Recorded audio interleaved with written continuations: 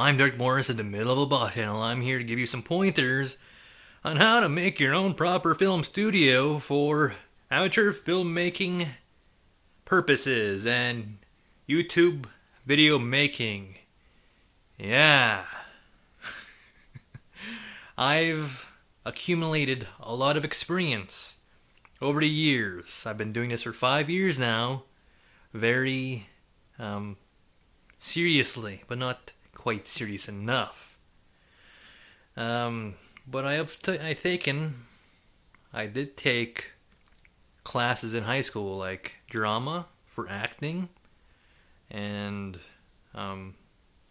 film study for like learning the technical side of the cameras and video editing, and just pick my nose there.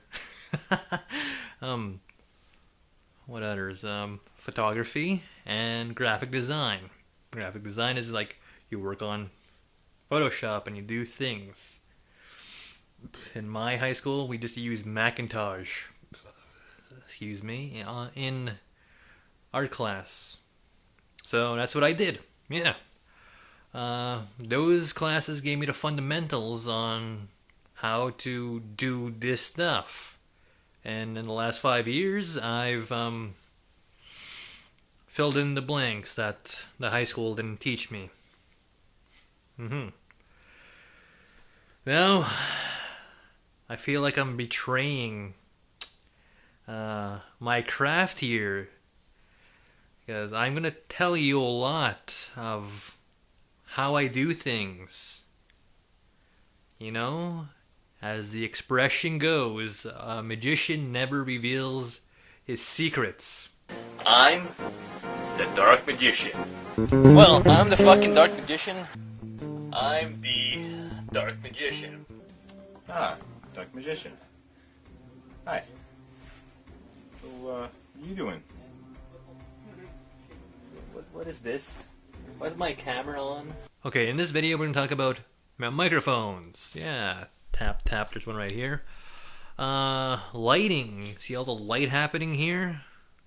I'm gonna do something in editing and post to make it really frickin' bright, okay? Bright! Normal! Yeah, post, editing, magic.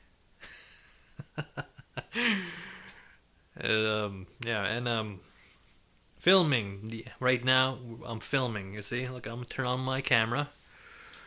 I'm mad because I've done this already, and I was gonna say I'm done. And I filmed some stuff on here that I could have used still after I had erased everything. See, right now, you could see this camera right there in front of me. This is a microphone. There's a light right there. There's another light. There's another light right here. Hey, TV. Hey, that's the Pepsi I was drinking earlier. Ah, games. Yeah, Last Guardian.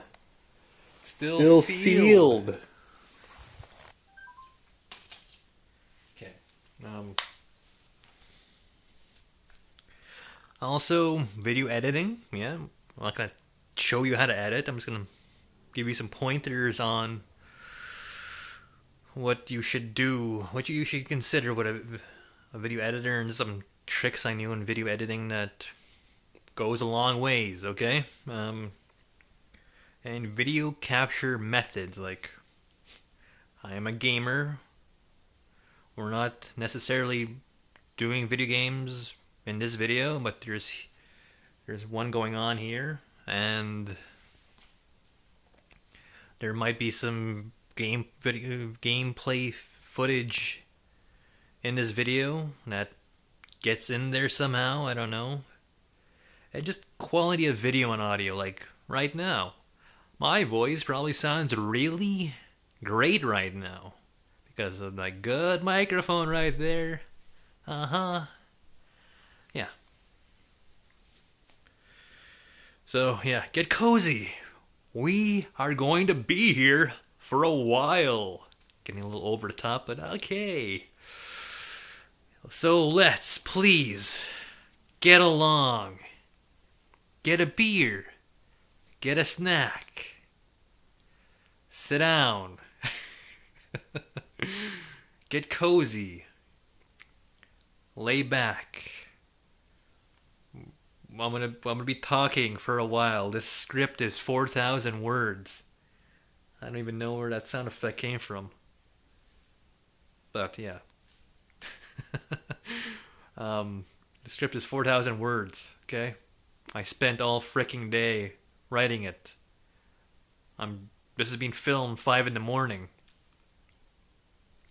December 28th. You're probably going to be seeing this in 2017. It's still 2016 right now. But okay.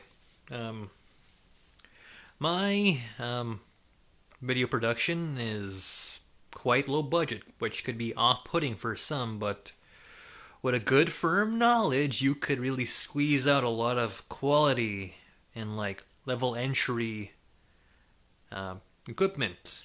Like this camera right here. I'm going to turn my camera back on. Yes, this camera right here.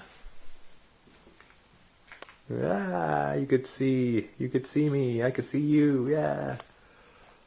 Yeah, and look at that lamp, look at these lamps. Look at these lamps. Not crazy, not crazy.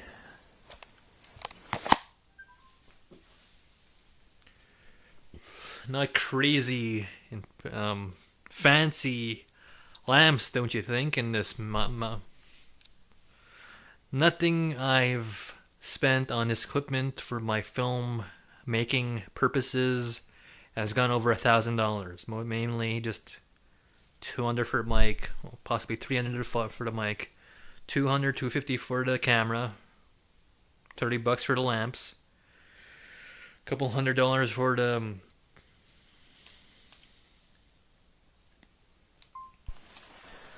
the digital audio mixer. That's what you're seeing right now, and that's what's recording the audio.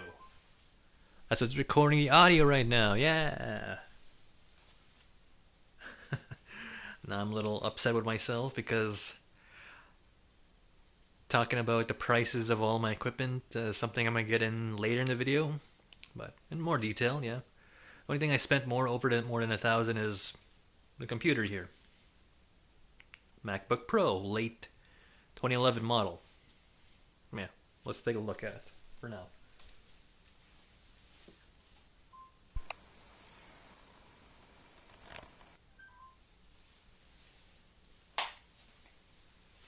As you can see from that footage I just shown you, it's it has a script on it, so when I like do cut away, I go look at it.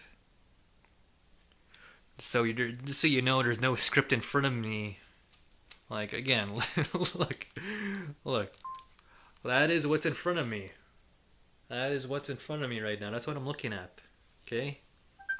There's no script right in front of my eyes and that I'm looking at and need to know about, to remember my lines to talk to you about. Okay. Yeah. Yeah, with a good firm knowledge, you could really squeeze out a lot of quality out of what's going on here. Like, to do this is really good looking, isn't it?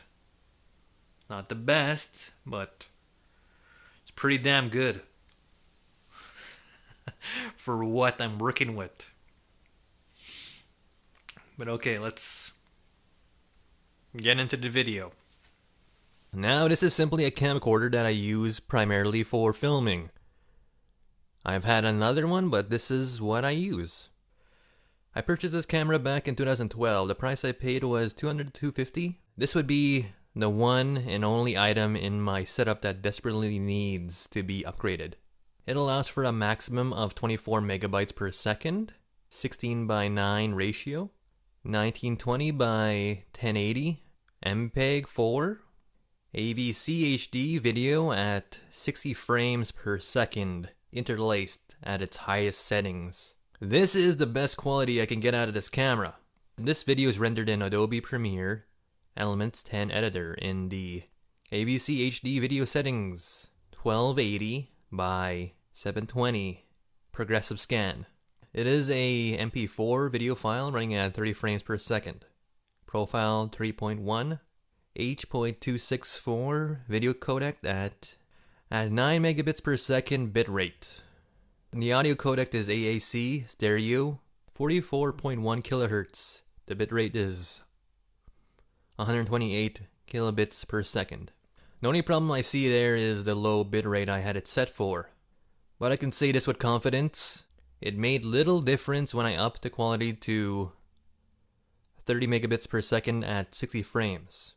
The video can be filmed in 24 megabits, or bytes, whichever, per second. But that doesn't mean jack shit if you render it at a lower bit rate in the video editor for the final cut. But as you can see, the video is fairly good. It can be sharper. It has great lighting and deep colors with some tweaking of the contrast and brightness in the video editor.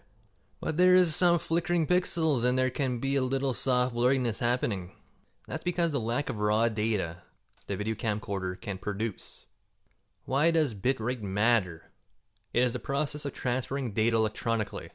So when you hit record and you are capturing film in real time, the bitrate controls how much data the eventual video will occupy. The higher quality of data, the higher quality the video will be, in theory. The problems you will run into is long rendering times, long uploading times, and issues with data management. You should be aware the bitrate also affects the audio. Higher the bitrate count, the more crystal clear the audio will sound. And I recommend never to use built-in mics on cameras unless you have no choice. Otherwise you get this. Don't ask questions. That's why. What I'm going to do now is I'm going to speak a sentence with the built-in microphone, and then next I'll say the same thing using the shotgun mic. All right. Yeah, I hate that. Yeah, I hate that. Do you hear a difference? I will when I go and edit this bitch. Yeah.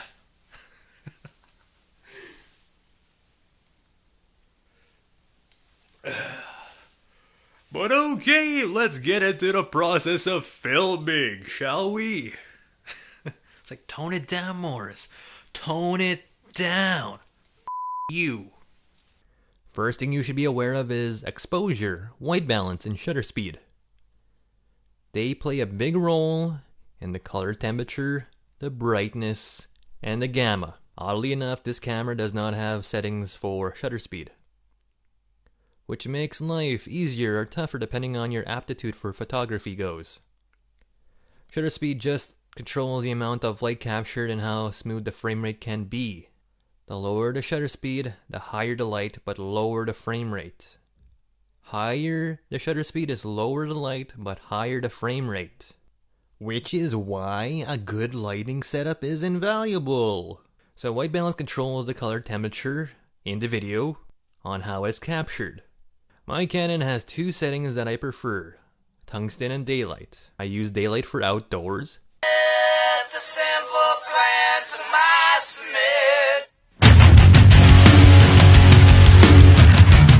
and tungsten for indoors. Never said they were bad.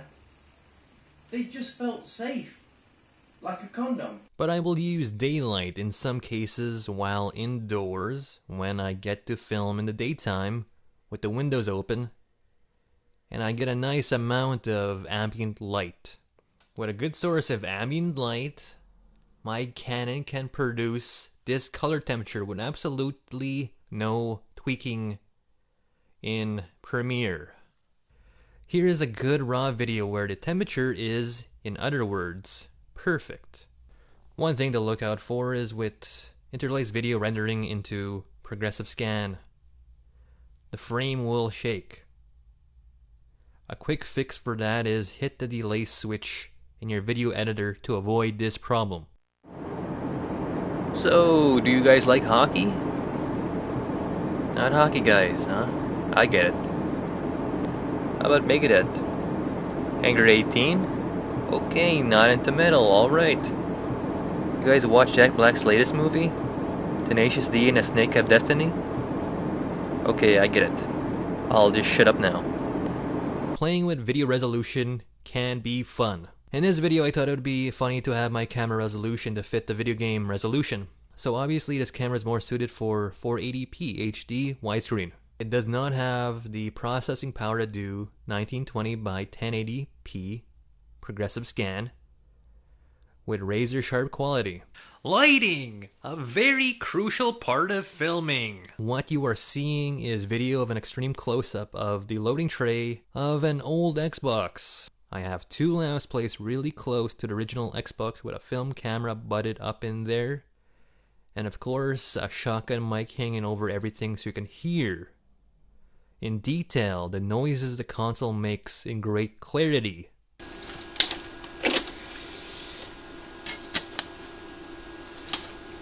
Just gonna talk about microphones. I have 3 of them.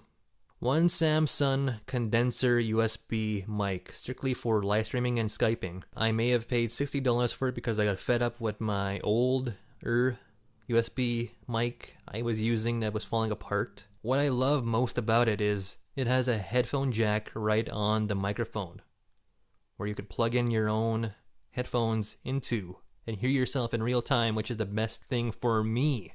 So I can hear it if I'm speaking too low, too low, too high, too close, or too far away.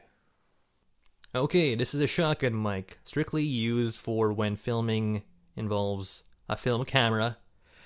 And I don't want to use my built-in mic, which is never.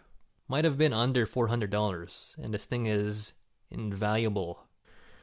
Okay, now this is a proper condenser microphone. It's another Samsung. It requires XLR cables, so it can properly utilize phantom power from the audio mixer to make the mic actually function. It is a very delicate instrument. I paid $80 for the microphone, but with the shock mount, microphone stand, and another pop filter, and a cable, the XLR cable, came about to $200. I strongly recommend you get such a microphone with a shock mount, because these things are so damn touchy. Strictly used for voiceovers. This is what I'm using to record this as I speak. Also, I do recommend an audio mixer. Mine is digital. Can only do 2 channels for recordings. 4 to 6 channels would be ideal. Alright, finally, video editing. Let's talk about what I use for my video editing processes. I use Adobe Premiere Element 10 Editor. It was $60-80 back in 2012. When I got mine, I love this editor. For me, it is the be-all, end-all editors. Yes, my MacBook Pro is a late 2011 model, 13 inches, 500GB hard drive, i3 Intel quad-core entry-level, I believe, with 4GB of RAM. Costed me an easy $1,500. Of course, now I love my DVD player. I recently put it to task again. I used it to record my complete 90-hour playthrough of Dragon Quest VIII. No, I didn't record every minute of that playthrough. But on these discs is that full playthrough. Why? The Elgato and its game capture software often makes mistakes. And it also means my playthrough of Dragon Quest VIII is forever captured on hard physical media. I did get the Elgato for live streaming purposes, but after I learned live streaming wasn't for me, I felt a little burnt. Buying this $200 unit for nothing. Until I learned I can use it exclusively for capturing raw video game footage. I exclusively record gameplay at 720p to make it easier on my MacBook and Premiere. I should talk about how long it takes my MacBook to render a video and to upload a video. It generally takes 30 to 40 minutes to render these videos. Also takes such a video 30 to 40 minutes to upload to YouTube. Could be the internet connection, could be the computer hardware, I'm not too sure. Okay, that should do it. Told you it would be a while going through all of this, but this is it. I hope this was helpful and eye-opening. something that's not in the script and something I'm gonna talk about in later videos. Let me grab my camcorder right quick. What most people tend to do is just edit on their headphones, listening to headphones while they edit. What I do sometimes when I finish, like, everything can sound good here with the headphones during editing. Even after you watch the video after editing, everything will be good. But afterwards, I take the video and I take it to my TV and I hook it up to my sound system and I watch the video with my sound system. But it's not a crazy sound system. These are just speakers. See? These speakers right here.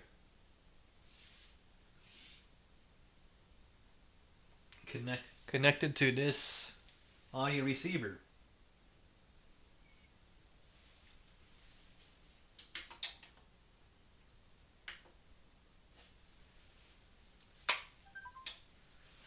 Yeah. So, well, everything could sound good with headphones on your laptop or your PC or computer. They could sound different with good speakers and a good sound system. It could sound different. Just because it sounds good here doesn't mean it sounds good there. It's not surround sound, but it's stereo, but still a good quality. You know? You can definitely hear a difference. That's what I tend to do after editing. Yeah. All this video has taught me is that I need a new $1,000 camera. I need a new MacBook Pro. I need the new Elgato HD60 to record at 60 frames per second. I need a new laptop to render shit more quickly.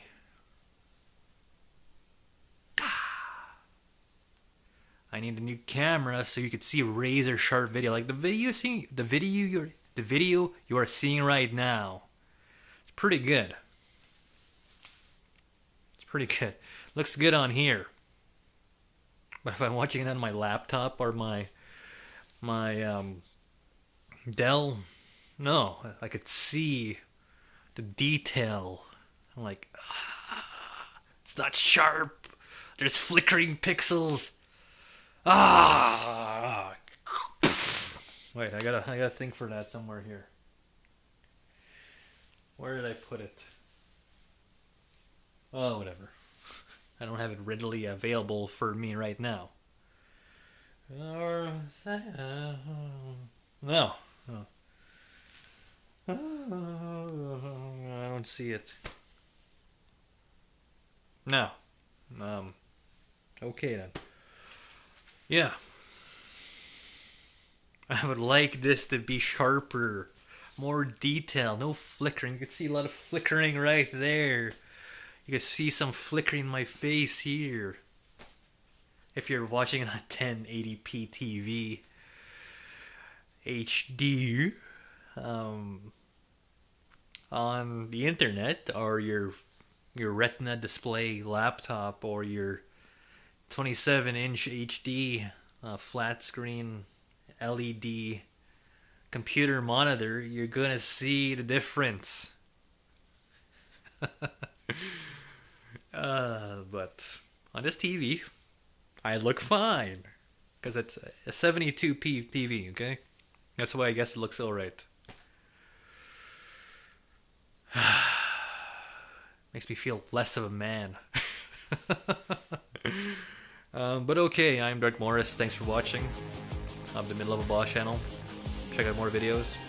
My Twitter account is dark_magician99 at hotmail.com. I don't understand. At dark_magician99. This is Master Wayne's Twitter. This is Tompo's Twitter. This is Sam, Sonic Fans, Twitter. I don't know if 74 Tibbs has a Twitter, but also our Facebook account page. Yeah, we have those, okay? We're not just on YouTube. Alright, thanks for watching, bye.